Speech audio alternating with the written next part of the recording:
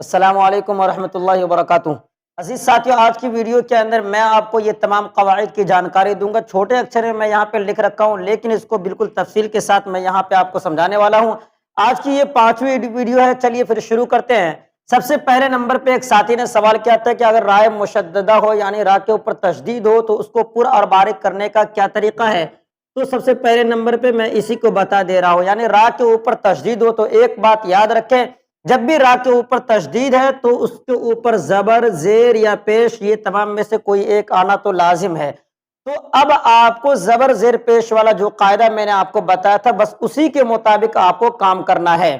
لیکن کبھی کبھی ایسا ہوتا ہے کہ رائے مشدد سے پہلے اگر کبھی زبر ہوتا ہے یا زیر یا پیش ہوتا ہے تو آپ کو وہاں پہ بھی یاد رکھنا ہے، صرف ہم کو را کو دیکھنا ہے، را سے پہلے کو نہیں دیکھنا ہے۔ اس کے بعد میں نے دوسرے نمبر پہ لکھ رکھا کہ را ساکن سے پہلے جزم، یعنی میں نے آپ کو ایک قاعدہ بتایا تھا کہ را سے پہلے اگر را کے اوپر جزم ہو تو ہم کو کیا کرنا ہے، پیچھے والے حرف کو دیکھنا ہے، لیکن اگر پیچھے والے حرف کے اوپر ہی جزم آ جائے تو پھر ہم کو کیا کرنا ہے، اس صورت میں آپ کو یہ جزم والے حرف کو چھوڑ کر پیچھے والے حرف کو دیکھنا ہے۔ اگر پیچھے والے حرف پہ زبر یا پیش ہو تو پر پڑھنا ہے، اور اگر زیر ہو تو باریک پڑھنا ہے۔ اس کے بعد میں نے یہاں پہ لکھا رائے امالہ۔ پورے قرآن میں صرف ایک جگہ رائے امالہ ہے، وہ بھی 12 پارہ کے اندر، میں آپ کو اسکرین شاٹ یہاں پہ دکھا دے رہا ہوں۔ آپ کو وہاں پہ لکھا ہوا ملے گا مجریہا، لیکن ہم اس کو پڑھتے ہیں مجریہا۔ آپ کو یہاں پہ یہ یا را کھڑی زر ری ہے، اس طریقے سے لکھا ہوا ہوگا، لیکن ہم کو اس طریقے سے پڑھنا ہے مجریہا۔ تو یہ را کا جو قاعدہ بچا ہوا تھا وہ میں نے آپ کو بتا دیا۔ اس کے بعد ہے مد کا قاعدہ۔ مد کے اندر بہت ساری تفصیل ہے، لیکن میں زیادہ تفصیل میں جانا نہیں چاہتا۔ سب سے پہلے میں آپ کو بتا دے رہا ہوں، مد سب سے پہلے نمبر پہ مد متصل آپ یاد رکھیں، دوسرے نمبر پہ مد منفصل یاد رکھیں، اور تیسرے نمبر پہ مد لازم آپ کو یاد رکھنا ہے۔ حروف مدہ کے بعد اگر حمزہ اسی کلمے میں، جیسا کہ میں نے یہاں پہ حمزہ لکھا ہے، تو اس کو کہیں گے مد متصل، اس کو مد متصل کہا جائے گا۔ اب آپ کو یہ سمجھنا ہے کہ یہ حمزہ کو ہم کیسے سمجھیں گے کہ اسی کلمے میں ہے یا دوسرے کلمے میں ہے، تو یہ جو عالم حضرات ہیں وہ تو آسان سے سمجھ جائیں گے۔ اگر آپ کو یہ حمزہ اصلی مل جائے، یعنی اس طریقے سے حمزہ لکھا ہو، تو آپ سمجھ جائے کہ حمزہ اسی کلمے میں ہے۔ یہ میں آپ کو ایک سمجھنے کے لیے بتا دے رہا ہوں، ورنہ پھر یہ کوئی مکمل قاعدہ نہیں ہے، بہرحال کبھی کبھی اس کے خلاف بھی ہوتا ہے۔ تو اس کو کہیں گے مد متصل۔ مد متصل کھینچنے کی مقدار الف کے برابر کھینچ کر آپ کو پڑھنا ہے، تو ایک الف، دو الف کسے کہا جاتا ہے وہ بھی میں نے آپ کو پہلے ہی ویڈیو میں شاید کہ بتا دیا ہے۔ اس کے بعد یہاں پہ مد منفصل لکھا ہے۔ مد منفصل کہتے ہیں کہ حروف مدہ کے بعد حمزہ دوسرے کلمے میں ہو، جیسے میں یہاں پہ لکھا فی امرنا، تو دیکھ رہے ہیں یا ساکن سے پہلے زیر ہے تو یہ حروف مدہ ہو گیا، اور یہ حمزہ دوسرے کلمہ میں ہے۔ تو اس کو سمجھنے کے لیے آپ یہ سمجھیں کہ اصلی والا حمزہ نہیں ہے، یعنی یہ الف والا حمزہ ہے، تو آپ سمجھ گئے کہ یہ مد منفصل ہوگا۔ یہ آپ کو سمجھنے کا میں آپ کو طریقہ بتا دے رہا ہوں کہ حروف مدہ کے بعد اگر حمزہ دوسرے کلمے میں ہو تو یہ مد منفصل ہوگا۔ اس کو آپ کو 3 الف کھینچنا ہے، ویسے 2.5-3 الف کھینچا جاتا ہے، لیکن آپ کو 3 الف یاد رکھنا ہے۔ اس کے بعد ہے مد لازم۔ مد لازم کسے کہتے ہیں؟ حروف مدہ کے بعد آپ کو جزم یا تشدید والا حرف مل جائے، تو یہاں صاد الف زبر صا، الف سے پہلے زبر ہے تو یہ حروف مدہ ہو گیا۔ اس کے بعد فا کے اوپر تشدید ہے تو یہ حروف مدہ کے بعد تشدید والا حرف آ گیا، تو اب اس کے اندر مد لازم ہوگا، تو آپ کو اس کو 6 الف کھینچنا ہے۔ یاد رکھیں مد لازم کو 5 یا 6 الف کھینچا جاتا ہے۔ مد لازم کے اندر دوسری مثال آپ کو دے کر بتا دے رہا ہوں، تو لام کے اوپر جزم ہے، یہ حروف مدہ ہے، آل آنا ہو یا اسی طریقے سے کوئی بھی ہو، حروف مدہ کے بعد اگر جزم والا حرف آ جائے تو سمجھ جائیں گے یہ بھی مد لازم ہی ہے۔ اس کو بھی آپ کو 5 یا 6 الف کھینچنا ہے، تو ایک میں نے 5 اور ایک میں نے 6 لکھا ہے، اس لیے کہ مد لازم کی کئی قسم ہے، لیکن اس میں سے آپ کو 2 رکھنا ہے۔ مد لازم ایک ہے مثقل اور ایک ہے مد لازم مخفف، تو اس کو کہیں گے مد لازم مخفف، اور تشدید والے کہیں گے مد لازم مثقل۔ ایک ہوتا ہے مد عارض۔ مد عارض کسے کہتے ہیں؟ مد عارض کہتے ہیں کہ عارضی طور پہ مد کرنا پڑ جائے، یعنی وہاں پہ تو مد کا قاعدہ نہیں ہے، لیکن جب ہم رک رہے ہیں تو مد وہاں پہ ہو رہا ہے۔ تو آپ یہاں پہ دیکھ رہے ہیں جب اس طریقے سے حروف مدہ کے بعد جزم آ جائے، جیسا کہ یہاں پہ ہے، یعنی جزم پہلے سے تو نہیں ہے لیکن آیت کرنے کی ضرورت پیش آ گئی، اسی لیے یہاں پہ جزم آ گیا، تو اب یہاں پہ مد عارض ہوگا. مد عارض کی مقدار 3 الف ہے. آپ کو 3 الف کے برابر کھینچ کر مد کرنا ہے. تو یا ساکن سے پہلے اگر زبر آ جائے جیسے لإیلاف قریش، تو یا ساکن سے پہلے زبر تو یہ حروف لین ہو گیا، اور یہ شین کو میں نے یہاں پہ جزم دیا کس وجہ سے؟ آیت کرنے کی وجہ سے. تو ایک عارض پیش آ گیا، تو یہ عارضی طور پہ ہم کو یہاں پہ مد کرنا ہے. تو یہاں پہ بھی مد عارض ہوگا.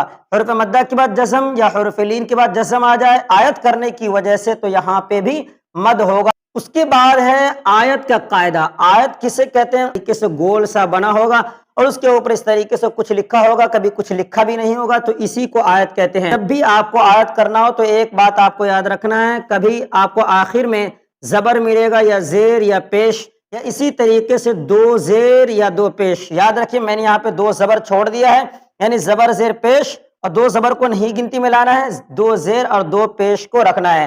تو اس طریقے سے کسی بھی حرف کے آخر میں آ جائے، جیسا کہ ہم پڑھتے ہیں قل هو اللہ احد. کیا پڑھتے ہیں؟ قل هو اللہ احد. یہاں پہ آیت ہے تو ہم کو احدن یہاں پہ نہیں پڑھنا ہے، لکھا رہتا ہے احدن، لیکن پڑھتے کیا ہے؟ احد پڑھتے ہیں. تو یاد رکھیے جب ہم آیت کرنا ہو آخری حرف کو ہم کو دیکھنا ہے. اگر آخری حرف پہ یہ زبر زیر پیش 2 زیر 2 پیش میں سے کوئی بھی آ جائے تو ہم کو کیا کرنا ہے؟ وہ اس کو ختم کر کے جزم دے دینا ہے. تو اس طریقے سے پڑھیں گے احد. تو یہ ایک بات ہوئی آیت کے اندر. اب آیت کے اندر دوسری بات، میں نے یہاں پہ 2 زبر چھوڑ دیا تھا، تو چلیے 2 زبر کو آپ کو الگ سے لے لینا ہے. آخر حرف پر 2 زبر ہو تو ایک زبر کو الف کے ساتھ پڑھا جائے گا، یا الف یہاں پہ رہے یا نہ رہے اس سے کوئی بحث نہیں ہے.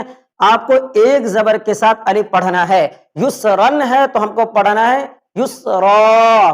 یا اسی طریقے سے اگر آپ کو یہ مل جائے آخر میں یا مل جائے امن، اس طریقے سے لکھا ہو، تو ہم اگر سانس توڑیں گے تو کیا کریں گے؟ ایک زبر کو الف بنا دیں گے، یا ہو یا کچھ بھی ہو نہیں دیکھنا ہے، ایک زبر کو الف کے ساتھ پڑھنا ہے. اب پڑھیں گے کیا؟ اما. تو اس طریقے سے 2 زبر پر وقف کرنا ہو تو ایک زبر اور الف ملا کر ہم کو پڑھنا ہے. یہ 2 بات ہوئی. تیسری بات وقف کے اندر یہ ہے کہ دیکھنا آپ کو اگر آخر میں گولتا ہو تو ہم کو کیا کرنا ہے؟ مثال سے میں آپ کو سمجھا دے رہا ہوں، جیسے آپ کو لکھا ہوا ملے گا قرآن کے اندر جاریتن. تو دیکھ رہے ہیں آخر میں کیا ہے؟ گولتا ہے. تو جب بھی آخر میں گولتا ہو تو نقطہ بھی ختم کر دیں گے، اور اس کے اوپر زبر زیر پیش 2 زبر 2 زیر 2 پیش کچھ بھی ہو ہم کو کچھ نہیں دیکھنا ہے، بس اس کے بعد جزم ڈال دینا ہے. یعنی ہا کو خالی کر کے اس کے اوپر جزم رکھ دینا ہے. تو اب پڑھیے کیا پڑھیں گے اس کو؟ جاریہ. تو اس طریقے سے تمام چیز کو ختم کر کے اگر گولتا ہو آخر میں تو اس کو ہائے ساکنہ بنا دیں گے، یعنی ہا کے اوپر جزم دے دیں گے. یہ آیت کرنے کا قاعدہ بھی آپ کے سامنے مکمل ہو گیا. اس کے بعد آیت ہی کے اندر میں نے یہاں پہ لکھ رکھا ہے، جیسے آپ دیکھیں گے قرآن میں سبح اسم ربک الاعلی. اعلی کیسے لکھا ہوتا ہے؟ آپ اور قرآن الٹائیں گے تو آپ کو ملے گا اعلی، یعنی لام کے اوپر زبر ہوگا اور یہاں پہ یا ہوگا اس طریقے سے. تو آپ اس کو کیا پڑھتے ہیں؟ اعلی پڑھتے ہیں. اعلی کیوں پڑھتے ہیں؟ پڑھنا چاہیے آپ کو اعلی، لیکن نہیں، قاعدے کے مطابق ہم کو اعلی ہی پڑھنا ہے. جیسا کہ میں آپ کو بتا دے رہا ہوں کہ اگر آخر میں الف ہو یا ہو یا واو ہو، تو آپ ایک بات یاد رکھیں، زبر موافق ہوتا ہے الف کے، اور زیر موافق ہوتا ہے یا کے، اور یہ پیش موافق ہوتا ہے واو کے. تو جب بھی آخری حرف سے پہلے اگر زبر ہو اس کے بعد الف واو یا میں سے کچھ بھی ہو ہم کو الف بنا دینا ہے. اسی طریقے سے آخری حرف سے پہلے زیر ہو اس کے بعد الف واو یا کچھ بھی ہو ہم کو یا بنا دینا ہے. اسی طریقے سے آخری حرف سے پہلے پیش ہو اس کے بعد الف واو یا کچھ بھی ہو ہم کو واو بنا دینا ہے. مثال کے طور پہ آپ یہاں پہ دیکھ رہے ہیں اعلی ہم پڑھ رہے ہیں، لیکن یہاں پہ دیکھیے یا ہے اور یا سے پہلے کیا ہے؟ زبر ہے. زبر کس کے موافق ہوتا ہے؟ میں نے یہاں پہ لکھ رکھا ہے الف کے. تو آپ کو ایسے کر دینا ہے، یعنی اعلی بنا دینا ہے. اسی طریقے 16واں پارہ سے میں نے یہ حرف اٹھایا ہے، اس طریقے سے لکھا رہتا ہے نسیہ، لیکن جب ہم کو آیت کرنا ہو تو کیسے پڑھیں گے؟ نسی پڑھیں گے. نسی کیوں نسی پڑھیں؟ اس لیے کہ زیر موافق ہوتا ہے یا کے. جب زیر یا کے موافق ہے تو زبر کو ختم کر دیجئے اور جزم دے دیجئے، نسی ہو جائے گا. تو اسی طریقے سے واو کی مثال بھی لے لیتے ہیں، جیسا کہ اگر آپ کو مل جائے اس طریقے سے مل جائے، مثال کے طور پہ میں آپ کو بتا رہا ہوں، اگر اس طریقے سے مل جائے اور آیت کرنا پڑ جائے تو یاد رکھیے زبر ہے پیچھے تو زبر کس کے موافق ہوتا ہے؟ الف کے. تو ہم کو واو کو نہیں دیکھنا ہے بلکہ الف بنا دینا ہے یہاں پہ. اب پڑھنا ہم کو زکاہ، آیت کریں گے تو زکاہ. تو یاد رکھیں یہ قاعدہ آپ کو بہت ہی کام آئے گا. یہ چھوٹ گیا، آپ اس کا اسکرین شاٹ لے لیں اور اردو میں لکھا ہوا ہے اسے پڑھ کر آپ اچھے طریقے سے سمجھ لیجیے. تو یہ بھی ہو گیا. اس کے بعد رسم الخط. رسم الخط میں ایک بات یاد رکھیے، رسم الخط کا مطلب ہوتا ہے جس طریقے سے لکھا ہو اس طریقے سے نہ پڑھا جائے بلکہ دوسری طریقے سے پڑھا جائے. تو اس میں کچھ ایک قیاسی قاعدہ ہے، اس کے علاوہ تمام سماعی ہے. قیاسی کا مطلب جو قاعدہ ہے اس کو آپ کو قاعدے کے مطابق تمام جگہ پڑھنا ہے، اور سماعی کا مطلب یہ ہوتا ہے کہ اس کے اندر کوئی بھی قاعدہ نہیں ہے، بس جس طریقے سے لکھا آپ کو یاد کر لینا، اس کو اسی طریقے سے پڑھنا ہے.